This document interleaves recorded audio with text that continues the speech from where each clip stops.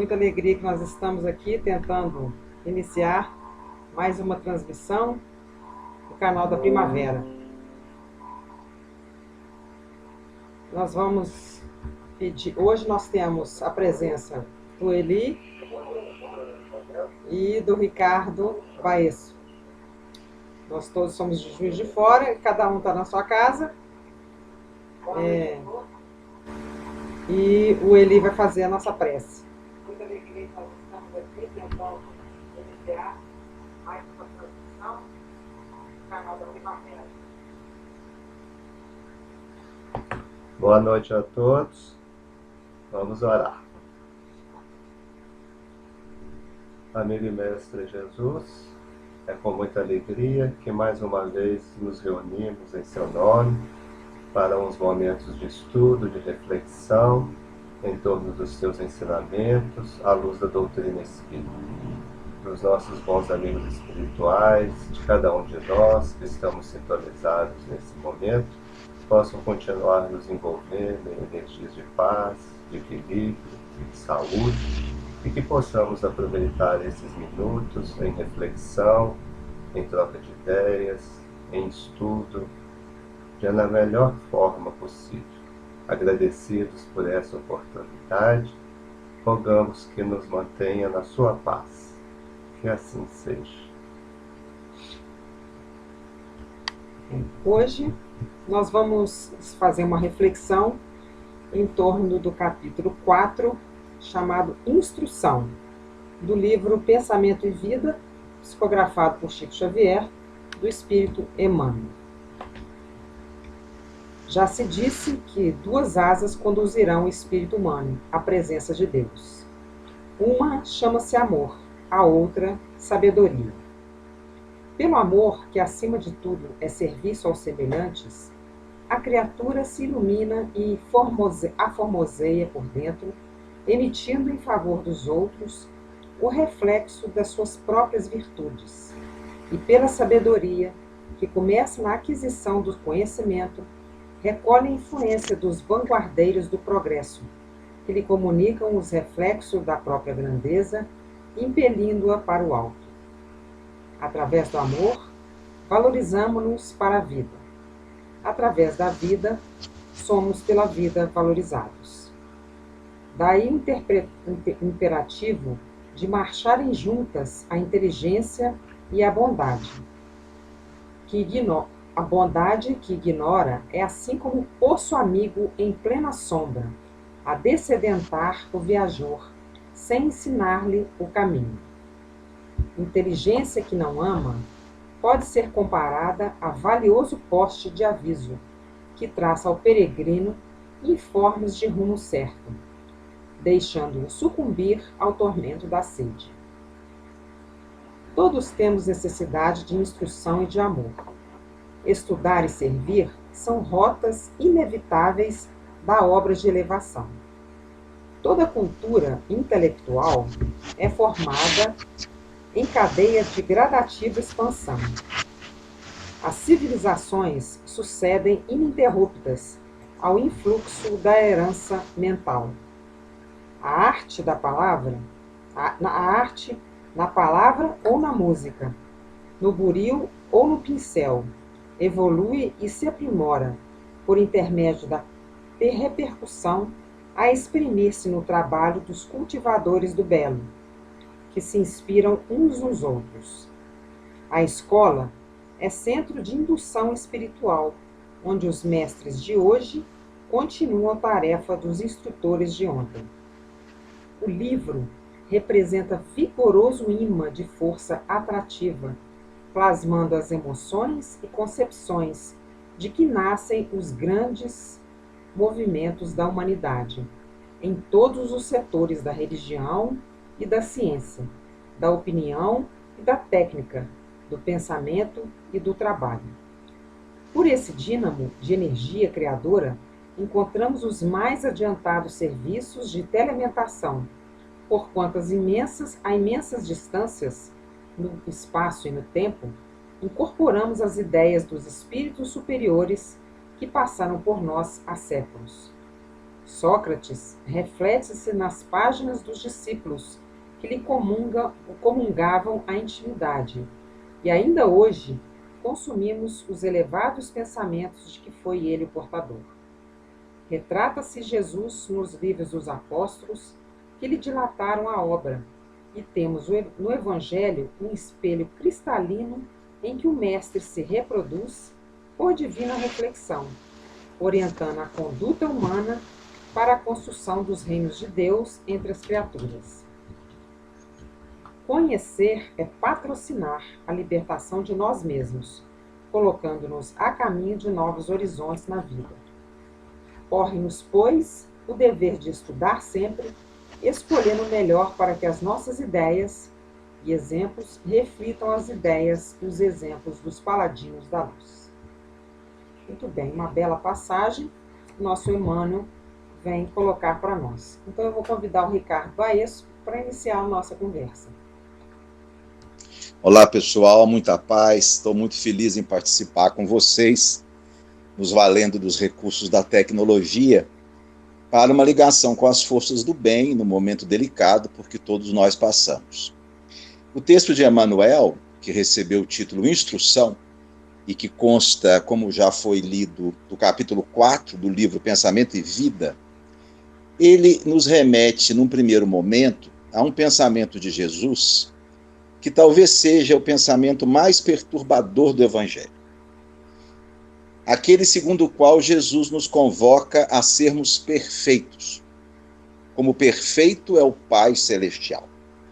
Pensamento, minha gente, perturbador, até mesmo afligente, porque Jesus nos propõe algo cujo conceito nos é absolutamente inabordável, o conceito de perfeição.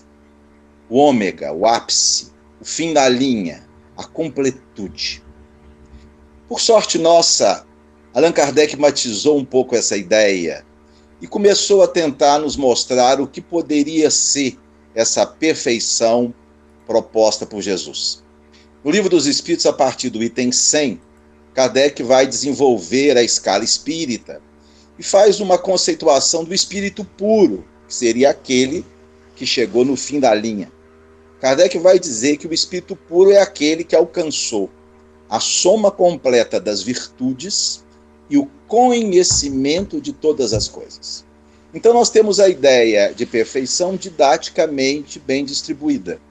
Nós temos uma dimensão, uma linha, onde estão as virtudes, e temos uma outra dimensão, onde está o conhecimento. Eu acredito que o primeiro espírito a trabalhar essa ideia dessas duas forças foi Emmanuel, ainda no livro Consolador, por volta de 1940, quando ele vai falar das asas, do simbolismo das asas, dizendo que nós somos como os pássaros. Possuímos a asa da inteligência e a asa da moralidade.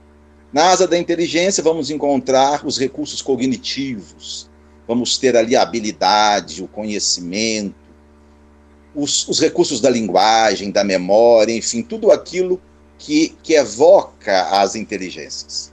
E, por outro lado, na asa da moralidade, o sentimento, o altruísmo, a humildade.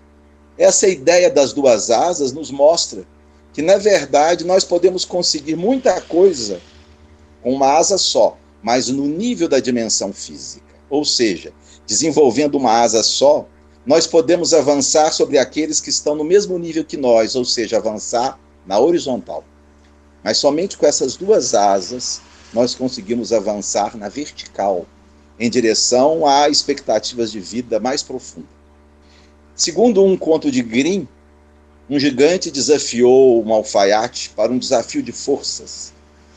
E ele então tomou de uma pedra imensa, jogou para o ar, e a pedra demorou, mas depois caiu. E o alfaiate então pegou de um pássaro, jogou ao ar, e ele nunca mais voltou. E a lição da história é essa: quem não tem as duas asas, acaba caindo. No que se refere especificamente ao tema, o desenvolvimento da asa da inteligência, nós vamos ver que Allan Kardec não fez uma diferenciação hierárquica entre os dois valores. Allan Kardec via o desenvolvimento da inteligência no mesmo nível de valor do desenvolvimento moral. Kardec, sempre que fala em desenvolvimento humano, falava em progresso, intelecto, moral. A gente aprende com a obra de Allan Kardec que não basta sermos pessoas boas. Nós precisamos ser pessoas boas e esclarecidas, instruídas, bem informadas. O esclarecimento por si só já nos poupa de uma gama imensa de problemas e de dificuldades. Eu trabalho, por exemplo, há muitos anos na rede pública, há mais de 30 anos, e atendo pessoas simples, muitas pessoas sem escolaridade, analfabetas, e eu vejo como muitas vezes elas estão numa situação de dificuldade, não é pela pobreza em si mesma, mas pela falta de informação, de esclarecimento, onde os recursos da atenção, da memória, do raciocínio, da linguagem, da inteligência estão subdesenvolvidos. Uma paciente marca uma consulta para me levar um exame e chega no consultório, no SUS, esqueceu de levar o exame. Perde aquela consulta que vai ser reagendada 3 meses depois. Uma outra retorna para avaliar o resultado do tratamento, me informa que não tomou o remédio porque perdeu a receita no dia que saiu da consulta anterior. Mas, além dos problemas que a ignorância traz em si mesma, há um outro aspecto, e Allan Kardec trabalha bem essa ideia no Livro dos Espíritos, de que o progresso intelectual precede, promove, induz o progresso moral, porque dá ao homem recursos para entender as diferenças do certo e o errado, do bem e o mal. E é curioso nós observarmos que esse princípio de Allan Kardec hoje, ele vem sendo ratificado por estudos muito importantes em diferentes áreas. Steven Pinker, um neurocientista de Harvard, que estudou a violência humana numa obra de mais de 1000 páginas, ele vai dizer que houve um momento na história da humanidade em que a violência começou a decair. Esse período corresponde ao século XV, XVI, XVII, onde se notabilizou a descoberta da prensa, depois a popularização dos livros e o hábito da leitura. Mostra Pinker que os povos mais esclarecidos são menos violentos, são menos agressivos. E ele vai dizer no seu livro que ler é uma estratégia da mente para promover mudanças. Quando nós estamos lendo, nós trazemos para a nossa mente o pensamento de outras pessoas, que amplia a nossa capacidade de entender. Quando nós estamos lendo, nós trazemos para as nossas emoções, as emoções do autor, dos personagens, o que vai dilatando a nossa capacidade de amar. E numa obra mais recente, Pinker, denominado Novo Iluminismo, ele vai fazer uma correlação entre o esclarecimento, a instrução e uma série de valores importantes.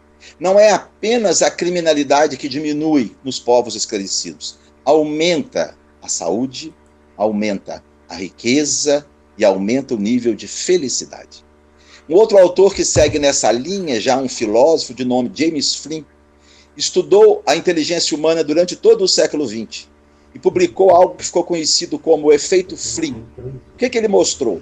Em 30 países examinados, o QI humano aumentou 3 pontos a cada 10 anos. Ou seja, o indivíduo do início do século XX teria um QI hoje de 70, que é limítrofe da deficiência intelectual. Mas qual a importância disso? Ele verificou que na medida em que o QI aumentava, reduzia a criminalidade e a violência humana. Então nós temos a observação de Emmanuel, de que a instrução dá início à sabedoria.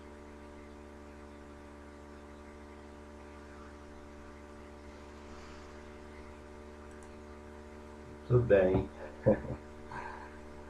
É importante, quando a gente pensa nessa questão da instrução, lembrar que ela está na essência da proposta espírita, né? Desde as primeiras, conforme o Ricardo lembrou, desde os primeiros estudos, as análises que Kardec vai fazer, essa ideia da necessidade da instrução, da necessidade do desenvolvimento da inteligência, como um mecanismo essencial do progresso, ela vai estar presente.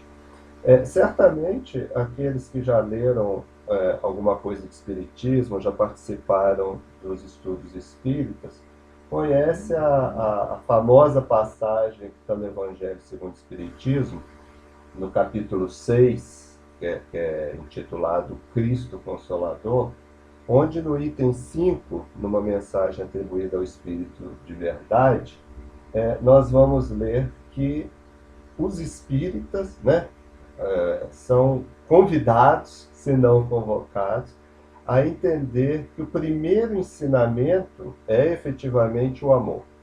Mas o segundo mandamento é a instrução.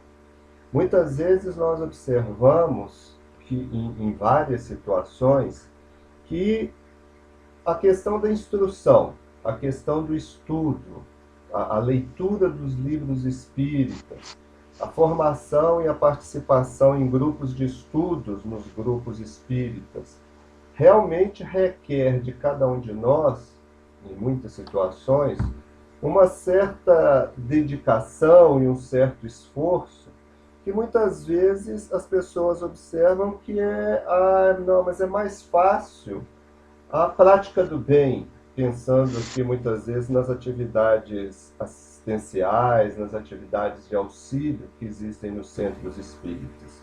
Observamos muitas vezes uma animação e um entusiasmo muito grande na participação dessas atividades, em que vai haver um contato com um grupo maior de pessoas, que vai haver um contato com o trabalho efetivamente, a ação efetivamente no bem, um exercício prático, como muitos nos dizem, e não apenas uma teoria, e não apenas uma conversa, uma discussão. E os grupos, muitas vezes, ficam reduzidos, os grupos de estudos. Todos nós que participamos de grupo, ou que coordenamos grupos, ou já tivemos em um grupo espírita, observamos isso facilmente, né? Muitas vezes os grupos começam cheios, 25, 20 pessoas, e gradativamente, conforme o estudo avança, semanas passam, a turma vai diminuindo, até se fixar no núcleo. E geralmente, variando, obviamente, é em torno de 8, 9, 5 pessoas. E muitos, quando nós conversamos, falam, mas é porque está muito difícil acompanhar. Porque esse autor escreve muito complicado, não estou entendendo. Eu não tenho nada para falar no grupo. Eu não entendi bem a questão. Eu não tive tempo de ler antes em casa para poder participar. E inúmeras outras justificativas que nós ouvimos de maneira repetitiva a mostrar que realmente a questão da instrução espírita, que o estudo da doutrina espírita requer, de certa forma, um esforço que muitos de nós estamos protelando já há algum tempo. Mas, e a nossa conversa hoje, nessa noite, é justamente para lembrar isso, essa é uma parte essencial do progresso que nós pretendemos fazer, do nosso processo evolutivo. Se o progresso realmente se dá nessas duas asas, como o Ricardo apresentou, o Emmanuel vai nos falar, no sentido intelecto-moral, não dá para a gente imaginar que o crescimento vai se dar sem o desenvolvimento dessa parte intelectual. Naturalmente, isso não é trabalho de uma encarnação só. É possível que numa ou noutra encarnação nós tenhamos certas limitações que nos impeçam efetivamente esse desenvolvimento intelectual mais, vamos dizer, de uma maneira mais forte, de uma maneira mais intensa. Mas em termos espirituais é algo que nós devemos estar sempre buscando. A gente costuma comentar que, por exemplo, só para a gente ter uma ideia da importância da questão da instrução, no próprio Evangelho segundo o Espiritismo, em cada capítulo, depois de Kardec apresentar os versículos do Evangelho, do Velho e do Novo Testamento, vem a parte chamada Instruções dos Espíritos. Vamos mostrar que boa parte, se não uma parte razoável, se não a maior parte, do trabalho de revelação espírita trazido pelos espíritos superiores, no trabalho da codificação, foi um trabalho de instrução. Então, um trabalho de revelar as realidades do mundo espiritual, revelar parcialmente as leis que regem a nossa vida, tanto na matéria quanto no mundo espiritual, e mostrar o que nós precisamos efetivamente conhecer para nos tornarmos um pouco mais senhores do nosso progresso evolutivo. Então, nesse primeiro momento, nós gostaríamos então de lembrar essa importância, né? A importância do estudo, da reflexão, da análise, da discussão em grupo, do entendimento da proposta espírita, como uma base, como um reforço da base para a nossa prática espírita, efetivamente.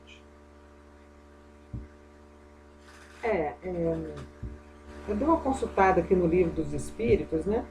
E Kardec faz levanta justamente essa questão que o Emmanuel coloca sobre a diferença do desenvolvimento intelectual e do desenvolvimento moral, né? Então, ele vai falar justamente na lei do progresso, no capítulo 8, capítulo 8 do Livro dos Espíritos, né? Então, ele vai discorrer sobre a marcha do progresso e que realmente não há condição da gente crescer sem ter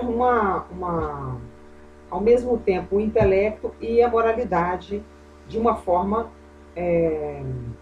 não ao mesmo tempo, né? Quem dera se fosse, mas as duas têm que caminhar de uma forma ou de outra. Não dá para a gente ficar estacionado muito tempo numa situação ou noutra situação. Então, não há como a gente se enganar de que o estudo, né, o intelecto, é mais importante do que o desenvolvimento da moralidade, né? Não há como a gente achar que está perdendo tempo de estudar mais uma coisa do que outra, ou se aplicar mais no desenvolvimento da moralidade, por exemplo, fazendo caridade, fazendo ações caridosas, sem a gente entender para que aquilo lhe serve. Né, sem a gente entender para que aquilo, qual que é o significado daquilo dentro da nossa vida, né? Principalmente no que se refere ao raciocínio. Por isso que Kardec colocou sobre a fé raciocinada. Mas, Ricardo, você tem mais alguma coisa para acrescentar? O Eli tocou num ponto que para nós é apaixonante, que são os grupos de estudo. E vamos aqui fazer uma confidência, os nossos amigos ouvintes talvez não saibam, mas o primeiro grupo de estudos que nós três, Eli, Lígia e eu, participamos conjuntamente. Foi o nosso primeiro grupo de estudos na história do movimento espírita. Isso tem 30 anos, foi na Casa Espírita, na Rua Sampaio. Curiosamente, esse grupo se reunia às sextas-feiras, de 10 às 11 da noite. É isso mesmo. Às 22 horas, às 23 horas.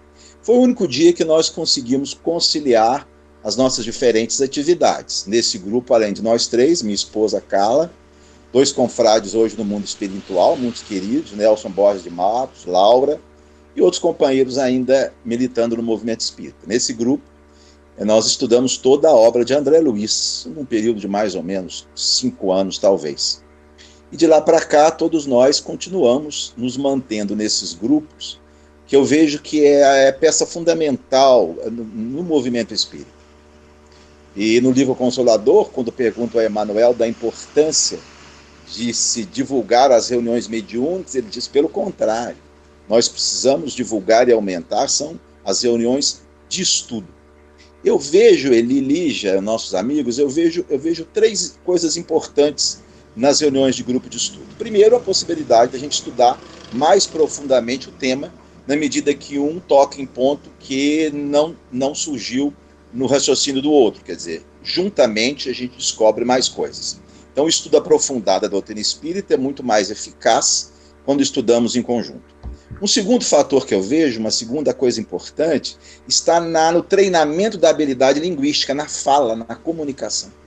Porque nesses grupos, como são grupos pequenos, muitas pessoas mais tímidas acabam tendo a oportunidade de expressar o seu pensamento. E eu observo, às vezes, pessoas que chegam num grupo de estudo que não conseguem formar uma frase com 4 palavras. E com o passar do tempo, vão sendo motivadas a se expressarem, vão exercitando, vão treinando a habilidade da comunicação, e passam-se os meses e os anos, são pessoas que comunicam bem, que falam bem e passam uma ideia bonita, ou seja, através do treinamento que o grupo de estudo permite. E um terceiro fator é a nossa integração como pessoas humanas.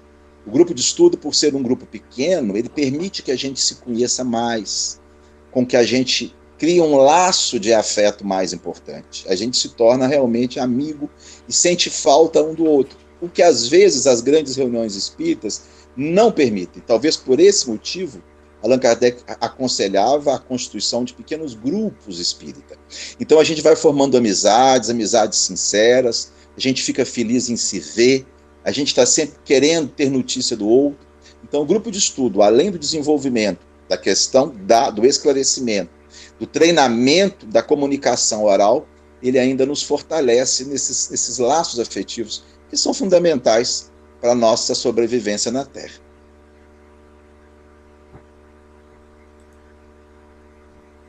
Ricardo, eu estava lembrando aqui que realmente a gente tem uma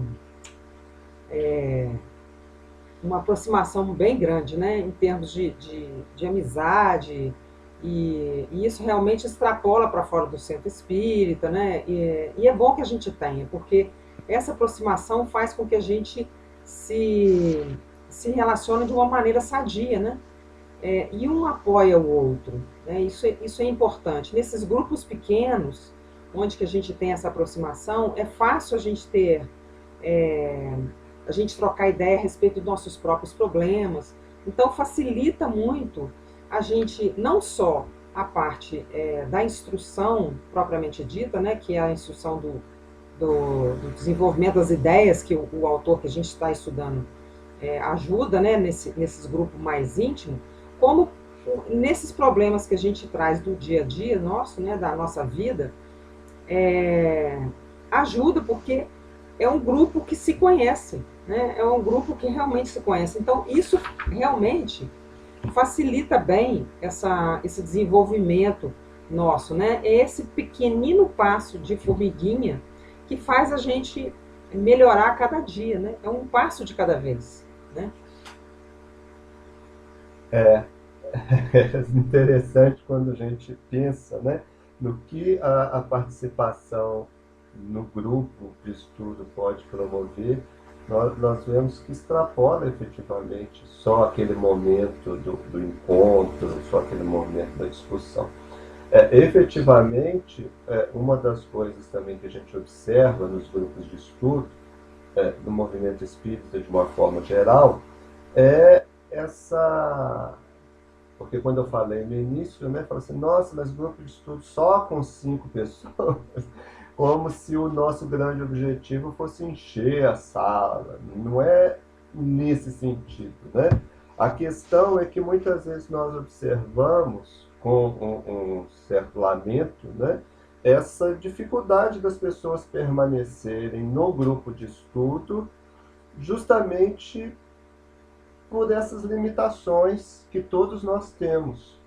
Uma das formas que nós temos encontrado, e vai mais como sugestão para aqueles que estão nos ouvindo e participam dos grupos, é a gente modificar um pouco a forma como os estudos são feitos, retirando, quando possível, pelo menos periodicamente, aquela figura do expositor, do facilitador, do professor, que já traz o estudo feito, já traz as ideias prontas, já traz as respostas todas para serem dadas, e permitir que cada membro do grupo participe efetivamente. Mesmo aqueles que acham, muitas vezes, que não tem com o que contribuir, que a ideia dele é muito singela, ou que não entende muito do assunto, a gente precisa ir quebrando um pouco esse costume, né, essa crença negativa que muitas pessoas têm,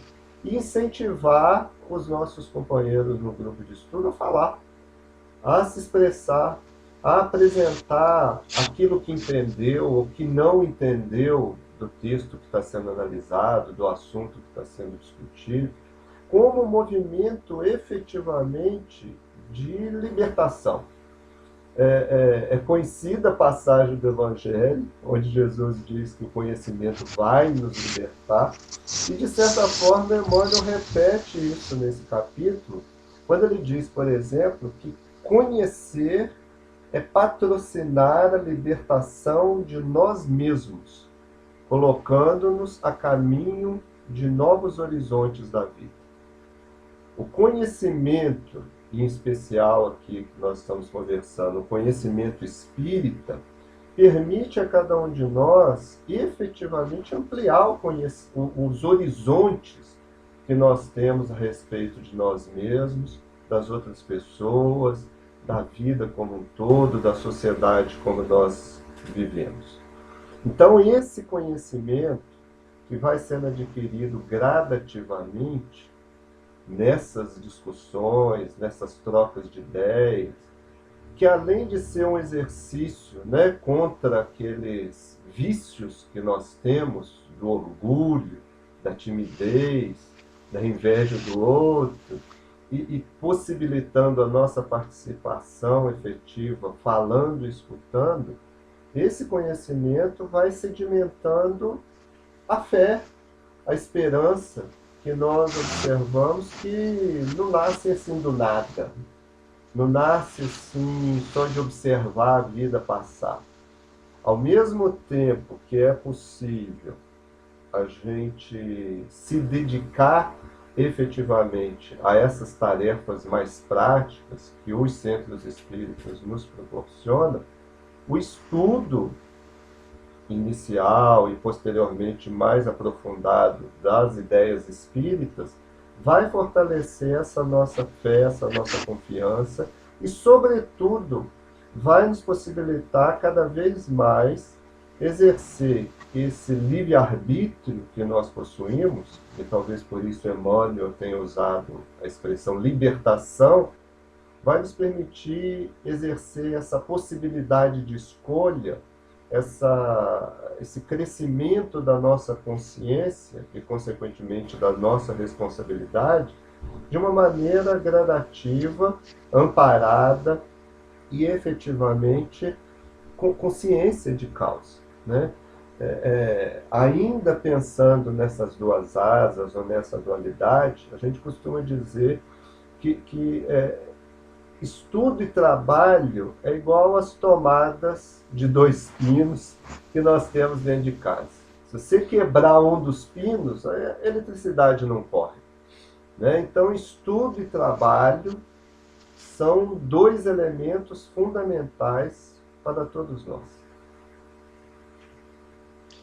Você pegou aí o penúltimo parágrafo do texto, né? Conhecer é patrocinar a libertação de nós mesmos. E eu dou meu depoimento. Eu comecei a trabalhar na rede pública como médico do SUS em fevereiro de 1987. Eu, há 33 anos, trabalho na rede pública, atendo mais de 20 pessoas por dia. Pessoas simples, pessoas pobres.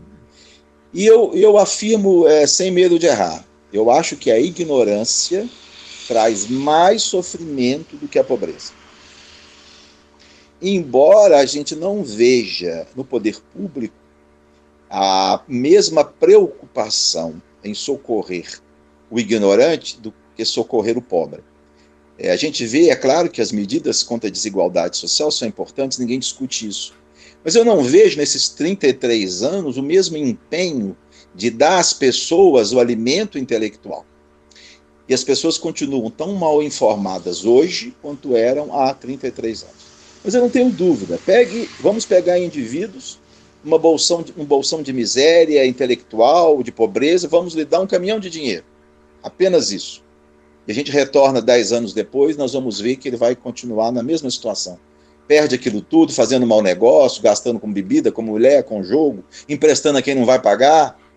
Ó, vamos pegar o indivíduo na mesma situação e vamos dar a ele instrução, formação, aprendizagem. E vamos voltar 10 anos depois, a gente vai ver quanta coisa bonita ele vai conseguir. Por isso Emmanuel coloca o conhecimento como libertação do atraso, do sofrimento, da falta de informação. Mas no parágrafo seguinte, Eli Lígia, Emmanuel vai nos exortar ao dever de estudar. Ele vai dizer assim, escolhendo o melhor. Ele diz assim, corre-nos, pois, o dever de estudar sempre, escolhendo o melhor aquilo que a gente poderia para estudar. E prossegue, para que as nossas ideias e exemplos reflitam as ideias e os exemplos dos paladinos da luz. Eu sempre me indago, quando estou sem nenhum livro para ler, o que estudar agora? Emmanuel diz para a gente estudar, escolher o melhor. Mas o que seria o melhor? Eu acho que todo tipo de leitura é importante. Na fase evolutiva que nós estamos, toda aquisição de conhecimento é válida. Mas quando a gente começa a estudar a doutrina espírita, uma coisa curiosa, a gente vai ver que o estudo do espiritismo nos leva ao estudo de todos os grandes ramos do conhecimento humano. É impossível a gente estudar seriamente a doutrina espírita sem dar uma estudadinha em biologia, em sociologia, em filosofia, sem buscar alguns termos na química, sem entender alguma coisa de física, de história. O conhecimento do espiritismo levado a sério, porque o espiritismo se identifica com muita intimidade com todas essas áreas do conhecimento. Estudar espiritismo a sério, a gente acaba mergulhando a sonda da investigação em todas as áreas do conhecimento. Eu vou só citar aqui o exemplo da minha mãe. A minha mãe é uma senhorinha que hoje tem 81 anos, minha mãe não tem formação escolar. A minha mãe concluiu o que na época se chamava ginásio, né? Que hoje é o ensino fundamental. Minha mãe não tinha nem ensino médio. E minha mãe é uma senhora que conversa sobre qualquer assunto com qualquer pessoa. A minha mãe, ela tem uma habilidade para discutir, para entender assuntos mais diversos. Nós escrevemos, junto com alguns companheiros da universidade, 2 livros que não são livros fáceis de entendimento, né? Um tratava da evolução e o outro tratava da personalidade humana. Pois a minha mãe encarou os 2 livros, leu-os, grifando, anotando sinonímia, e o que ela não entendia, ela colocava uma interrogação para que depois eu explicasse. E eu fiz isso com o primeiro livro e depois com o segundo, sentei com ela e ela ia me tirando as dúvidas muito racionais, lógicas, ou seja, ela havia lido o livro todo. Adquiriu essa habilidade aonde? Os estudos da doutrina espírita, estudando livros espíritas e pesquisando o complemento para o entendimento da própria doutrina.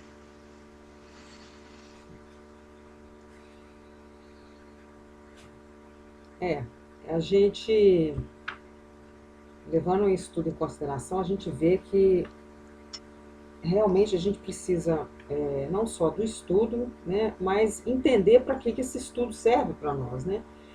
Realmente essa questão que o Espiritismo abre várias janelas de conhecimento é realmente muito impressionante, né? Uma das coisas boas que o Espiritismo vem trazer para nós.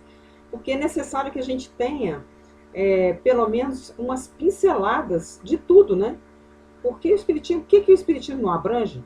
Ele abrange praticamente tudo, né? Tudo que a gente possa, tipo de conhecimento que a gente possa ter no planeta, o Espiritismo tem alguma coisa a falar sobre aquilo ali, ou então a gente tem alguma coisa a falar sobre aquilo ali, né? É claro que a gente não pode ficar no achismo.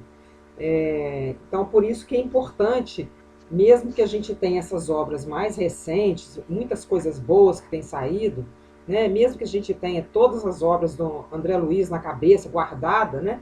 É importante que a gente sempre vá à fonte, né? Que a gente sempre consulte o Livro dos Espíritos, a codificação kardeciana, né? Por que isso é necessário? Porque a gente acaba distanciando muito, né, da nossa raiz, dos fundamentos de que Kardec trouxe para nós, né? Então, mesmo que Emmanuel ele é muito kardeciano, né? Ele tem essa raiz kardeciana, então a gente é seguro de ler, estudar as obras de Emmanuel sem correr o risco nenhum de se perder, né? Mas isso não está muito claro nas obras mais recentes, né? As obras de outros autores. Então, mesmo que a gente tenha os outros autores mais novos que estão escrevendo algumas coisas que a gente ainda não viu, é só voltar, né, na doutrina dos espíritos, só voltar na codificação kardeciana que a gente vai ver se aquilo ali faz lógica ou não, né? É importante a gente perceber, nesse mundo que a gente está vivendo, inclusive nessa situação que a gente vive hoje com o coronavírus, né? Muitas mensagens estão sendo enviadas para nós, algumas que diz que são espíritas, né?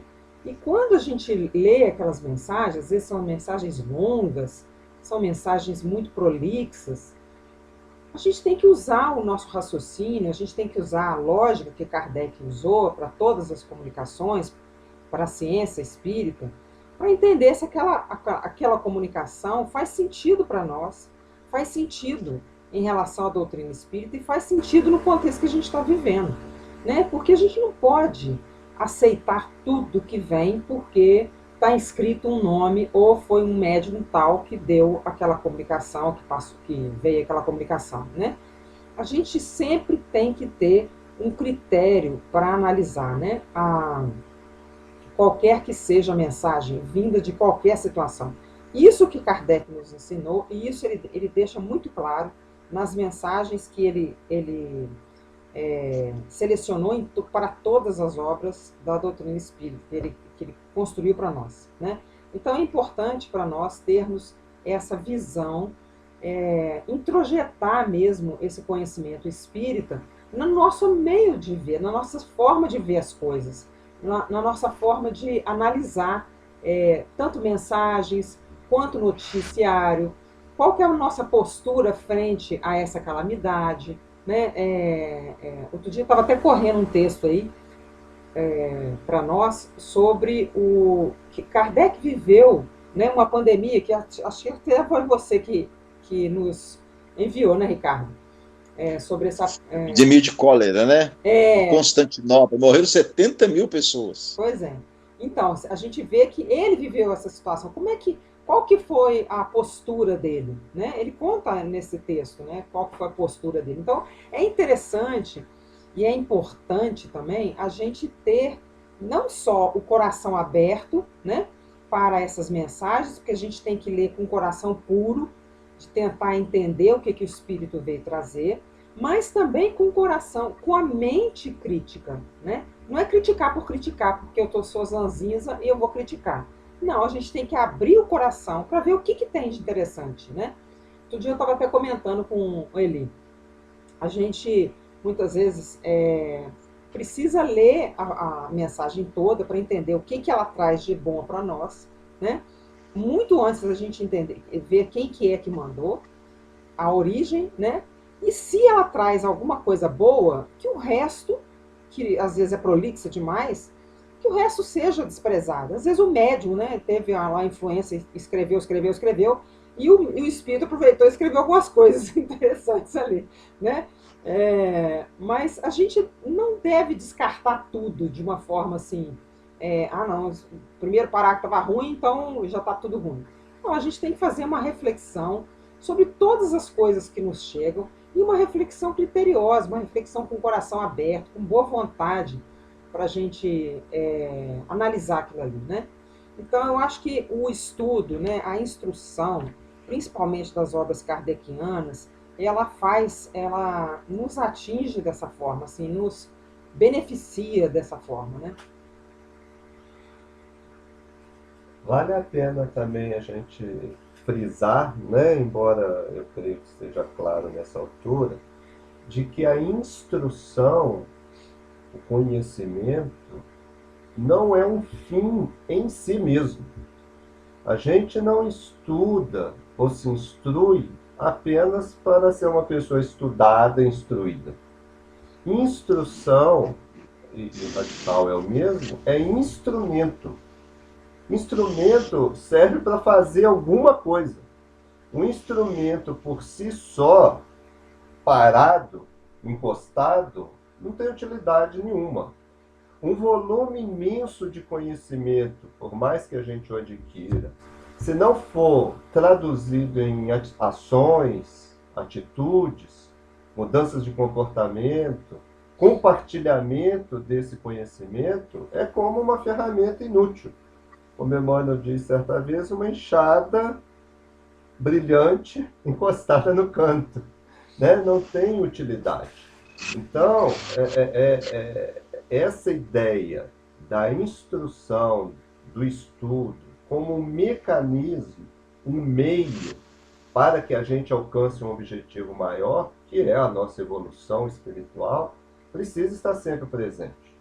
Porque senão nós corremos o risco, já que a nossa condição moral, a maioria de nós pelo menos, ainda é de certa forma limitada, nós corremos o risco de ficarmos vaidosos com o conhecimento adquirido, embevecidos pelo saber, que é mínimo, mas que para muitas pessoas já é uma grande vantagem, né? Essa atenção é necessária para que a gente não caia dentro daquela classificação que o Ricardo citou lá no início da nossa conversa, da escala espírita, daquela categoria de pseudo-sábios, que são os que têm muito conhecimento, mas isso não serve para nada. Não está sendo utilizado para nada.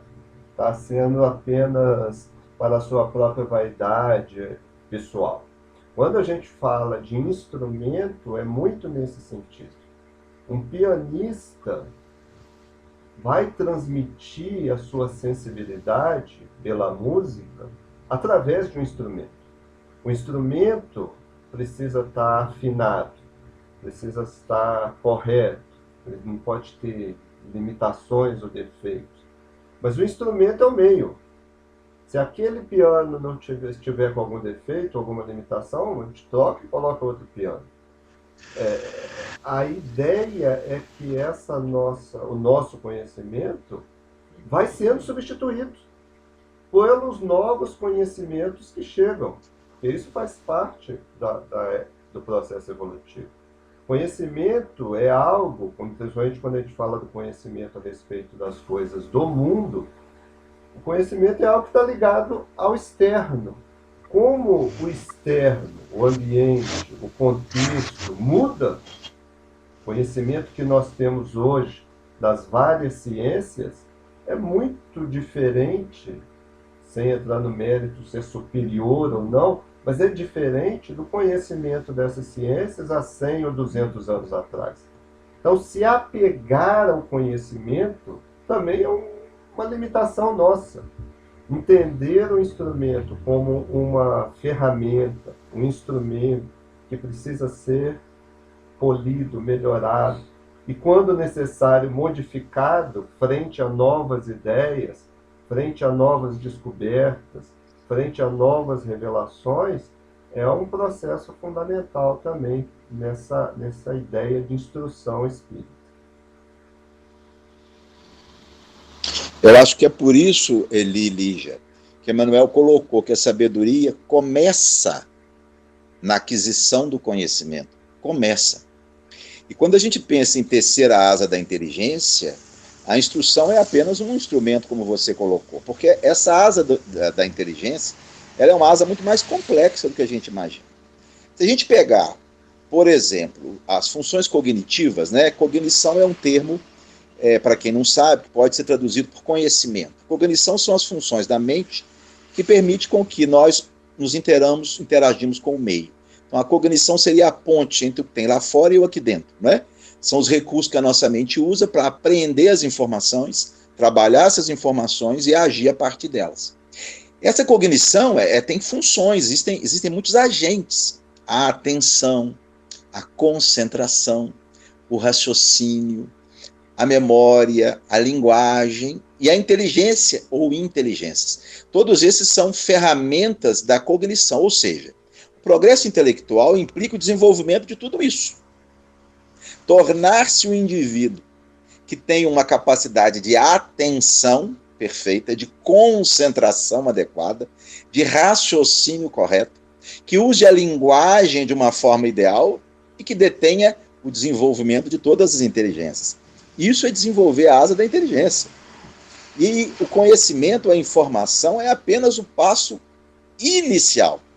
Existe uma outra coisa que a gente não falou, que são os desafios cognitivos. Porque a gente gosta muito de estudar ou de trabalhar e aceita mexer com aquilo que a gente domina, não é? Quando nos pedem para fazer qualquer coisa que foge um pouco da nossa rotina, a gente arruma uma forma de escapar. Por quê? Porque nós teríamos que mexer em elementos que estão subdesenvolvidos, teríamos que trabalhar recursos cognitivos nossos que nunca foram trabalhados. Então, o desenvolvimento da asa da inteligência, além da leitura e do estudo, tem uma coisa que a gente não gosta, aceitar desafios, né? Fazer coisas diferentes, desafiar a nossa própria história naquela área, né? Eu estou fazendo isso mexendo com esse negócio chamado internet, né? Vocês não sabem como eu estou apanhando com isso. Eu sou um dinossauro online, né? Não sei coisa nenhuma, né? Até hoje brigam comigo aqui em casa, porque eu não tenho WhatsApp, eu não mexo com isso, não mexo com aquilo. Então isso está me sendo um belo desafio, e a gente está fazendo, né? Devagarzinho e tal. E a importância de desenvolver esses elementos cognitivos está na própria reencarnação. Porque quando a gente examina o sentido da reencarnação, já que o mundo espiritual nos fornece toda uma estrutura de vida que nós temos aqui, a gente se pergunta, pera lá, por que a gente não fica só lá? Um dos motivos da nossa vinda aqui é esse desenvolvimento desses elementos cognitivos. Porque nós vamos partir do nada, vamos ter que aprender tudo de novo e vamos ter que enfrentar desafios necessários à própria sobrevivência. Porque no mundo dos espíritos, o indivíduo resolver não fazer nada, nada de importante vai lhe acontecer. Ele não vai adoecer, não vai morrer de fome, nem de frio, e não vai morrer, já está morto, não é? Agora, tente alguém aqui na Terra se colocar num estado de inanição completa. Vem o frio, vem a fome, vem a doença e vem a morte. Então, o processo encarnatório nos obriga a mobilizar esses recursos cognitivos. A gente tem, por força do próprio processo encarnatório, trabalhar a atenção, a memória, o raciocínio, a inteligência, a linguagem, e aí a gente vai desenvolvendo e vai tecendo essa bela asa da inteligência.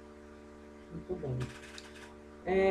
Tem algumas pessoas assistindo a gente e a gente gostaria de saber se tem alguém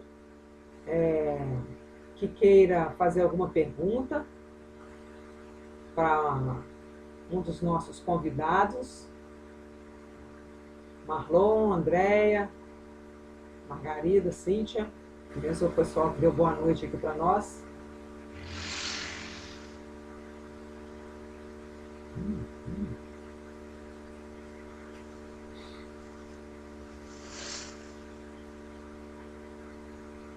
Ninguém? Muito bem, então vamos encerrar a nossa transmissão. Nós pedimos desculpa aos telespectadores pelos outros vídeos que a gente está treinando, né? A gente realmente foi pego de surpresa, né? Com todas essas coisas, a gente não estava acostumado a usar a internet, aos delays que estão ocorrendo. Então, a gente pede desculpas realmente. Espero que as próximas transmissões a gente está cada vez melhorando, sabendo o que está dando certo, o que está dando errado. E aí a gente vai melhorando aos poucos a transmissão. E esperamos que a gente não fique muito tempo. Esperamos que a gente não fique muito tempo com essa distância, né? Mas a gente está aí para o que deu vier. É isso mesmo? Ricardo, agradeço a você pela Eu que agradeço, gostei muito. Foi muito bom. Abraço pessoal do Primavera. Ele você faz a prece? Eu fiz a prece? Eu fiz. Você faz de novo? Nós agradecemos a todos que acompanharam. É sempre uma boa oportunidade, né, da gente trocar ideias, fazer as reflexões. E esperamos que de alguma forma tenha sido útil. Vamos novamente buscar a presença do Mestre através da prece, agradecendo a oportunidade valiosa dessa noite, agradecendo as inspirações, a presença, o auxílio dos nossos amigos espirituais, de cada um de nós que estivemos sintonizados, acompanhando, estudando junto e pedindo a Jesus que, conforme Ele nos falou, que todas essas tribulações, todas essas dificuldades, tudo aquilo que tenhamos que enfrentar enquanto estamos no mundo, é passageiro. Nós sabemos, como espíritos imortais que somos, que cada experiência dessa é um aprendizado. Que possamos, amparados então por esses benfeitores, aproveitar a oportunidade de aprendizado, sem desespero, sem mágoa, sem tristeza, vencendo os medos e, fortalecidos por eles, seguirmos bem, em paz, nessa nossa jornada. Agradecemos, Mestre, e continuamos te rogando que nos envolva sempre no seu amor. Que assim seja. Boa noite a todos. Boa noite. Boa noite, pessoal.